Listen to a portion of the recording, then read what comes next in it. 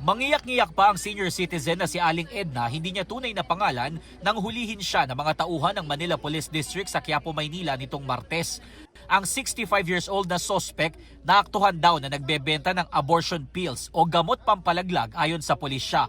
Sa bypass video, may kita ang target na itinuturo pa sa pulis na nagpanggap na buyer kung paano ang tamang paggamit ng gamot. Nakuhanan po natin siya ng 5 blister pack na naglalaman po nung abortion pills. So isang blister pack po, meron pong lamang 10 tablet. Lumalabas sa investigasyon na ibinebenta ng sospek ang kada banig ng abortion pills sa halagang 3,500 pesos. Kalakip nito ang isang papel kung saan nakalagay ang instruction kung paano ito iinumin.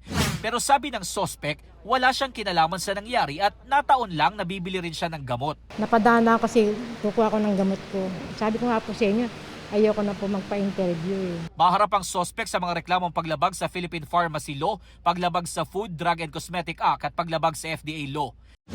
Noong nakaraang taon, nagkaroon din ng operasyon ng MPD kaugnay sa bentahan ng abortion pills at isang senior citizen din ang nahuli noon. Ang supplier daw noon ng gamot, isang foreigner na may asawang Pinay na tukoy na ang pagkakakilanlan.